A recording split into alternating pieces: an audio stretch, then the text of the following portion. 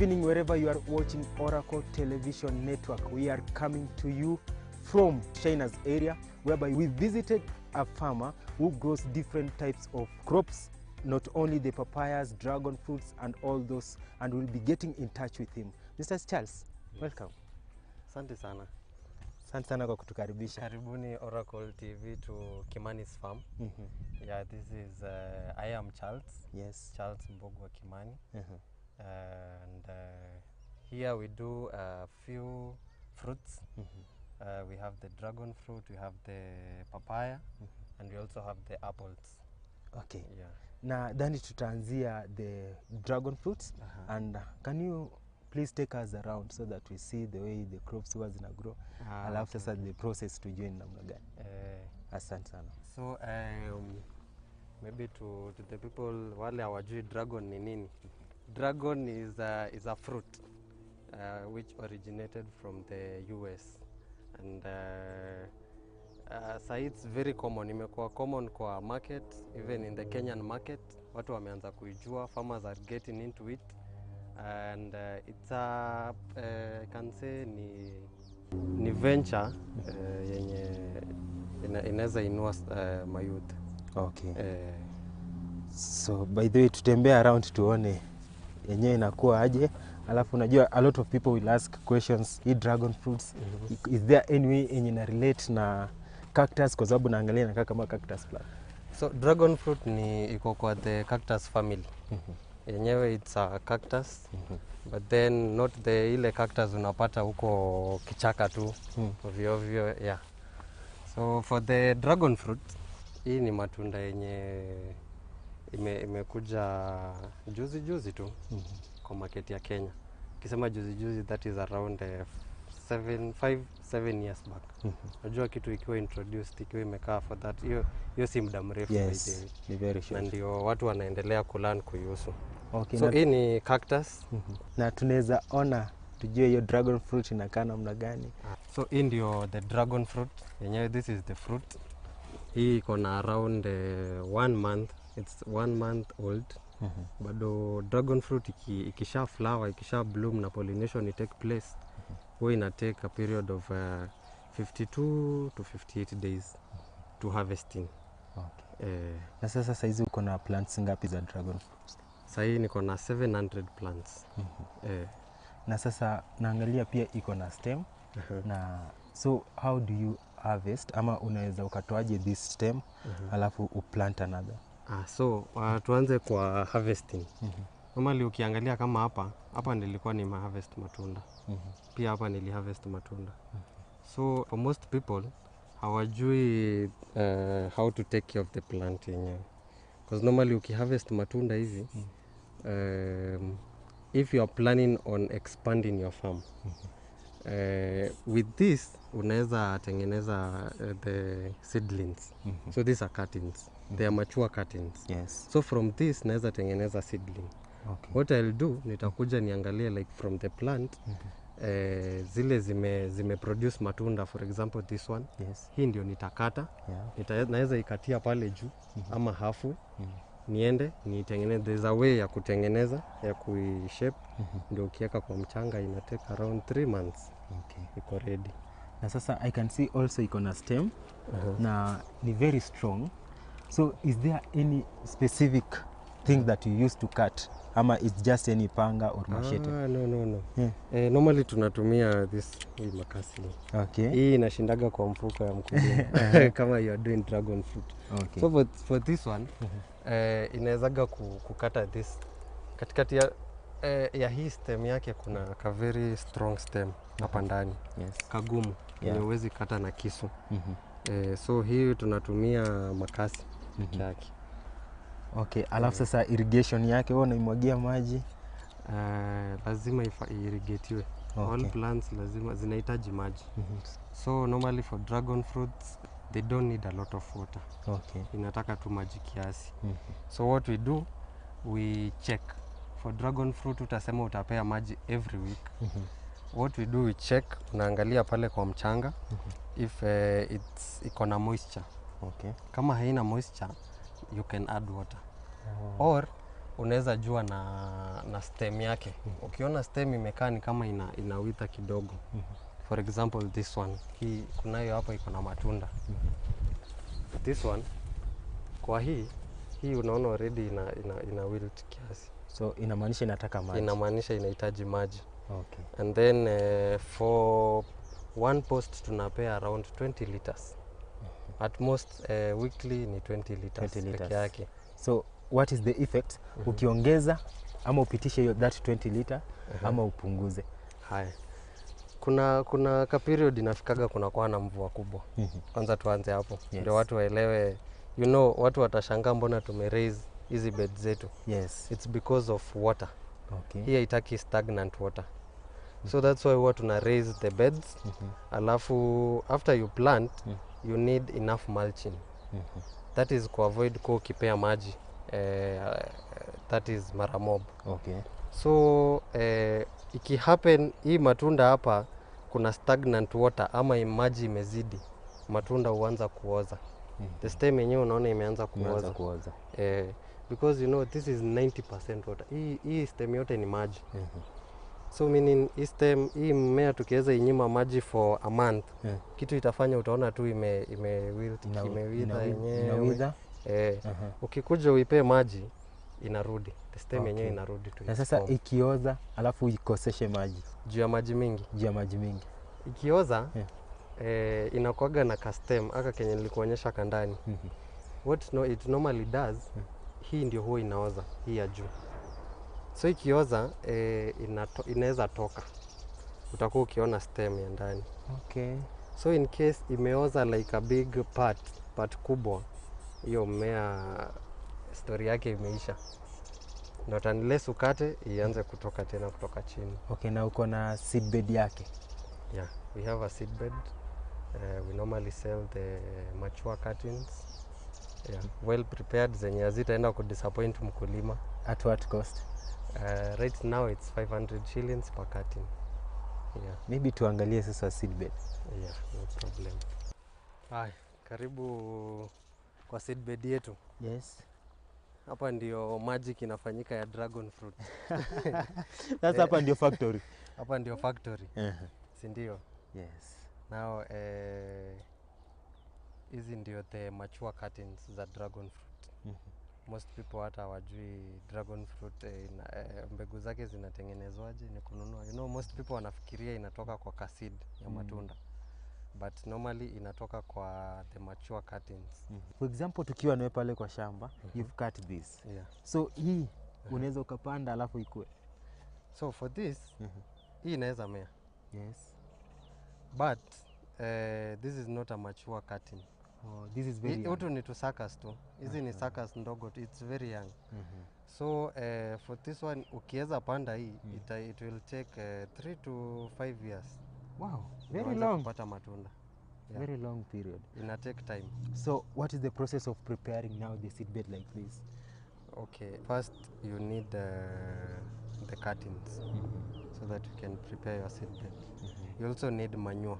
Manure unaweza tumia yoyote sababu hii matunda inahitaji soft, mchanga wake inafaa kuwa at least ni soft, not the clay soil, any hard soil. Ukiwa na the soft soil, kuna process ya kuprepare the cutting, kuna vile inakatwa. Yes. Kuna kama unatumia routine powder. Then after umekata from the plant, unaipea a period of a week. Yes. Kwanza maji ishe kwa stem yake. So that hiyo ni kuavoid ukikuja kuipanda isianze kuoza. So hapa ndio uzie mkulima utaipea 3 months. In 3 months kama hizi ziko na 2 months. Okay. Of which they are ready to be sold. But sasa the best ni kuipea 3 months so that ikuwe imedevelop roots vizuri na ikuwe na hizi suckers zake zikuwe at least ni strong. Okay. Ukiuzia mkulima kitu iko fiti hata yasi complain. Okay. As you can see, it requires determination, focus and time. We are going live on our interview with Charles here so that we learn more about the dragon fruits. So stay tuned.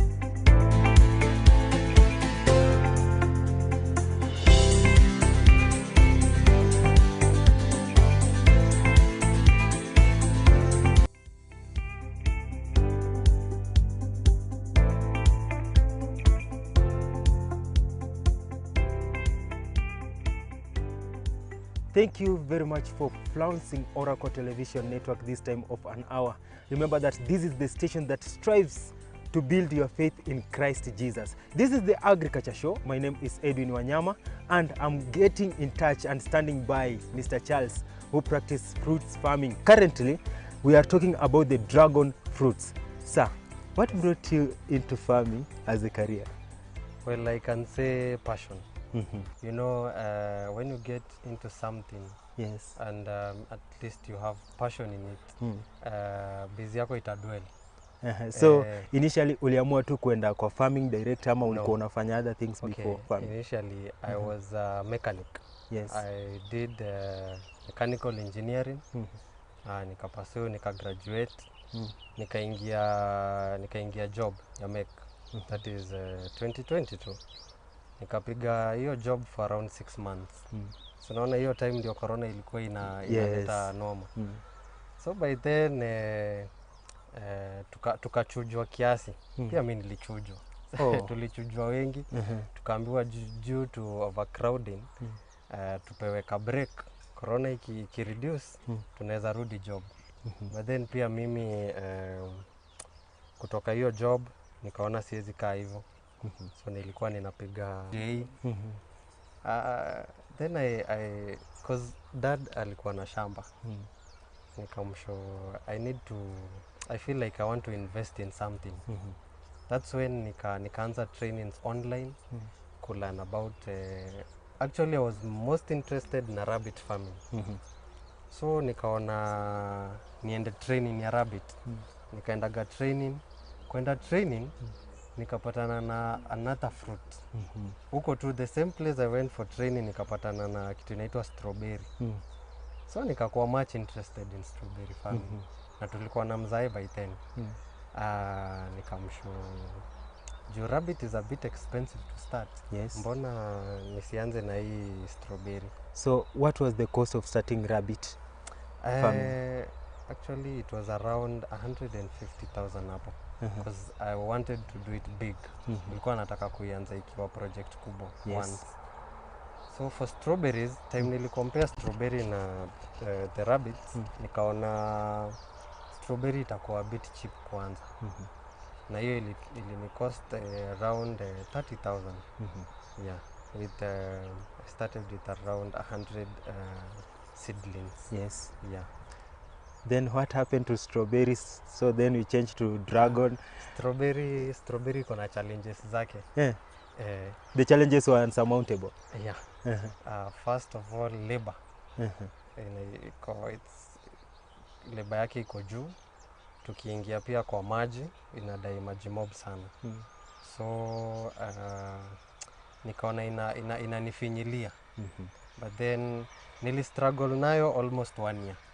Siwezi sema I was selling, but the production ukikuja haikuwa ina add up. Every month ilikuwa kiasi sana.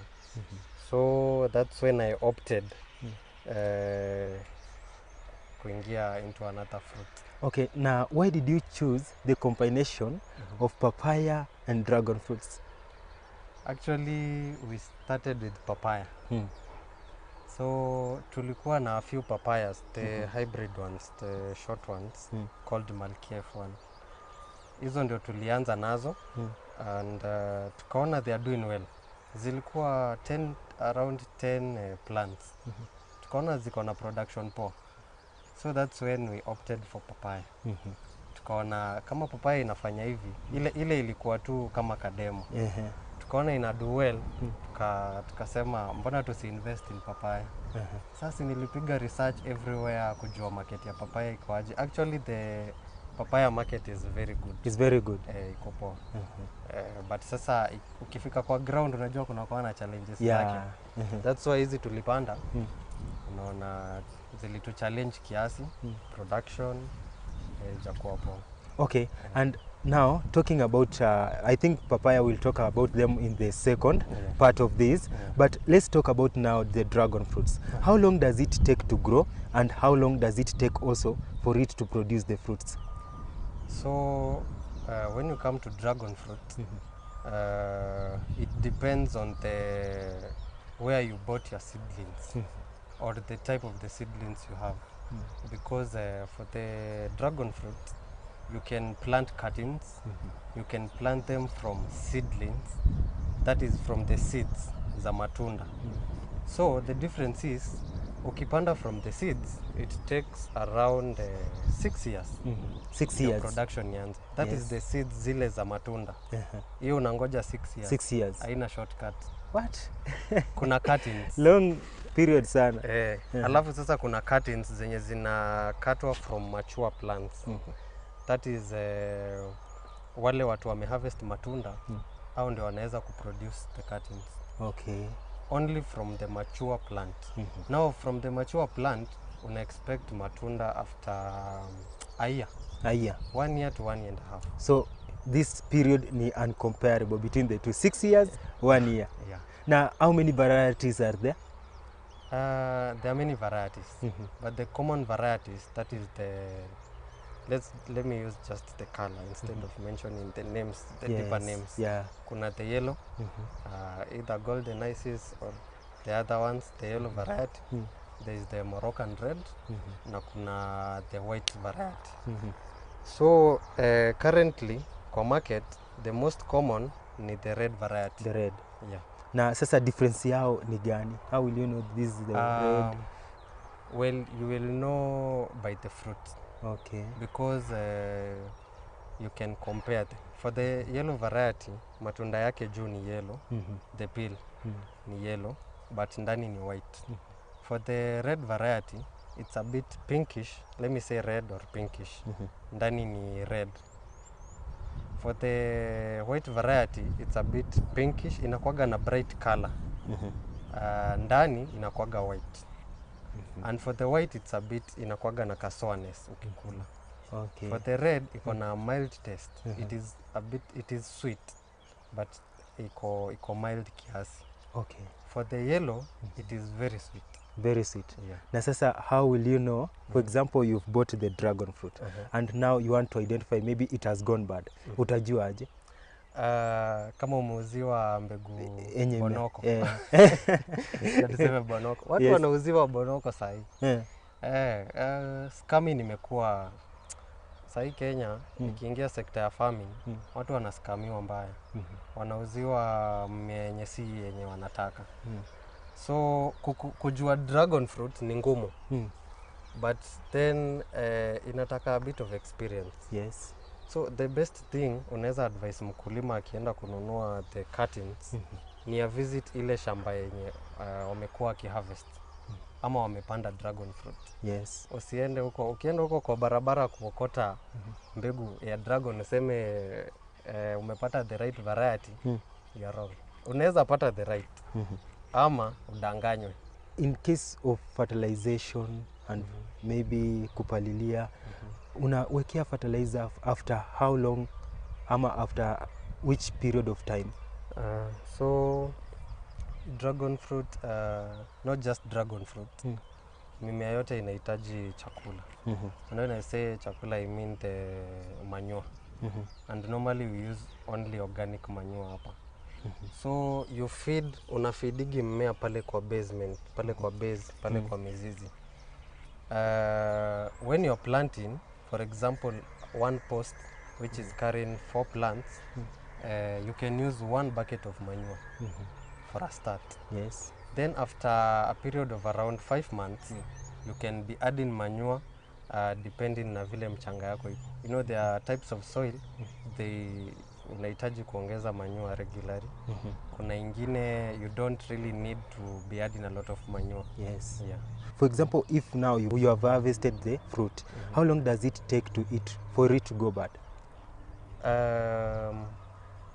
Dragon fruit iko na shelf life yake, it's a bit long. For around 2 weeks. 2 weeks. Without refrigerating or anything. So after 2 weeks ndo inaweza anza kuspoil. Because the peel ya dragon fruit inakuwaga ngumu. So it's able to protect the fruit for a longer period. Now, how will you know that this fruit, it has already gone bad? Does it smell? Yeah. it will just rot kama hizo zingine. Like the other fruits. Uta notice imeanza kuoza. Or when you ukikata unapata ndani iko na ka certain smell. So it depends with the variety, ama it will just have the common smell like others? No. So for the dragon fruit, ni ngumu kupata iko na the, you know, for other fruits unapata wako na wadudu. Yes. For dragon fruit it's very hard kupata iko na wale wadudu. Chenye tu inafanya iko na ka smell. You'll just utajua tu hii matunda imeharibika. But then inaweza kaa even for more than 2 weeks bila kuharibika. I have nime experiment hiyo. Kuna matunda the longest ilikaa almost 3.5 weeks. Wow. Bila kuharibika. Yeah. But ukikata now iko almost na unapata iko na the sugar imezidi iko na a certain taste. Okay. Yeah. As we conclude, what are some of the importance of dragon fruit? Well, dragon fruit, it's a very unique fruit. First, it's packed with antioxidants. For those who don't know what antioxidants are, they help, okay, I can say generally the body. And you know, there are these chronic diseases. Yes. Zinashika watu. Antioxidants mostly ni za prevent ama they build up something in the body that is able to fight the chronic diseases. Yes. When I say that, I'm talking about cancer. I'm talking about diabetes. High blood pressure. Hizo zote. So it can be able to control ina control. Na pia stroke. Stroke hata ndio nilikuja kuona ina level ile nini. Unajua watu wengine ushikwa na stroke. Yes. So inapunguza. Another thing, digestion ni number 1. Ikifika ni side ya digestion, it's very okay. Now the price, how much does it cost per 1 or per kg? So normally we sell per kg. For dragon fruit, watu wengi ufikiria ni very expensive. Yes. But then it's not very expensive. It depends also on the periods. Ile time una harvest. So for like wakati kuna matunda, we sell at between 400 to 500 per kg. 400 to 500. Na sasa hiyo 400 to 500 inaweza kuwa kama matunda ngapi? 1 to 2 fruits. 1 to 2. Most of the dragon fruits zinatoaga matunda in a range from 500 grams to 700 hapo. Yes. Can you compare the production now of the dragon fruit per piece of land? For example, 50 by 100 or per acre? Oh, okay. Well, it also depends on the spacing. Because for us, tumejaribu sana ku minimize space. So you find that with this kind of spacing, I'm not so sure, but on a piece of land that is around 1/8, at least compare na the passion fruit with this kind of spacing, I'm so sure production ya dragon fruit iko juu. So unaweza sema kuwa una prefer dragon fruit rather than passion? I'll prefer dragon fruit. Yeah. There is some people that say that agriculture and agribusiness does not pay. Do you concur with that statement? Well, inalipa. Inalipa. But also when you get to this sector, inahitaji patience. Without patience, manze, isi ile job unaingia leo unaanza kulipwa 30k kwa mwezi. Hii ina take time. But then with the kind of patience kama we ni mtu wa kuvumilia na kungoja, mazao iko, pesa iko. And now, what are some of the challenges that you've been facing? Well, first is water, because wakulima wengi, water is always a challenge. So when you're getting into farming, kwanza ujue your source of water, ujue utakuwa ukidilaje. Huwezi panda tu mmea, useme utategemea mvua, mmea kwanza kama hii. So you need to have a good source of water. Another thing is the diseases. Theft also is a challenge, and also capital. And what is the common now type of the disease that affect the dragon fruit? Well, Here in my farm what I've experienced is inakuwaga na sunburn. You see when wakati kuna jua kali inakuwaga na sunburn na inafanya mmea ioze from the top. Unapata inaoza. So that is it's not really a disease, but many people take it as a disease. Another thing is fungal infection. Yes. Mostly when they are young, that is around ukipanda after transplanting, 1 to 3 months zinashikagwa na fungal infection, which is very bad sababu inamaliza mmea completely. Yeah. Na sasa, how do you cope with these challenges? Well, they are pyrethrum based fungicides. I told you we normally do organic. So kuna hizo pyrethrum based fungicides zenye tunatumia. Hiyo haina dawa ingine. Dawa tu. Dawa ndio dawa. Ukisema utaacha mmea ati labda itapona yenyewe, uongo tu. Lazima ulete dawa. Lazima ulete dawa. Na maybe your parting shots as we conclude. Well, I can say watu wa invest in farming, and don't invest in farming juu unataka tu do. You must have a goal pia. Not just investing because other people are doing it. Yes. Ukifanya hivyo you'll fail terribly. Yeah. Thank you very much for watching, and I think that you've learned something from today's episode. Remember that we've been talking about dragon fruits, and as Charles have explained to us that there is a variety of this type of plant, and it's a newborn, the way you've said. Yeah, it has just been introduced in our country, and people have started now practicing planting it. Remember that this has been the Agriculture Show. My name is Edwin Wanyama, and this has been part 1. In part 2, we'll talk about the papaya, and we'll be also getting in touch with Charles here. So stay tuned. I will see you next week. God bless you.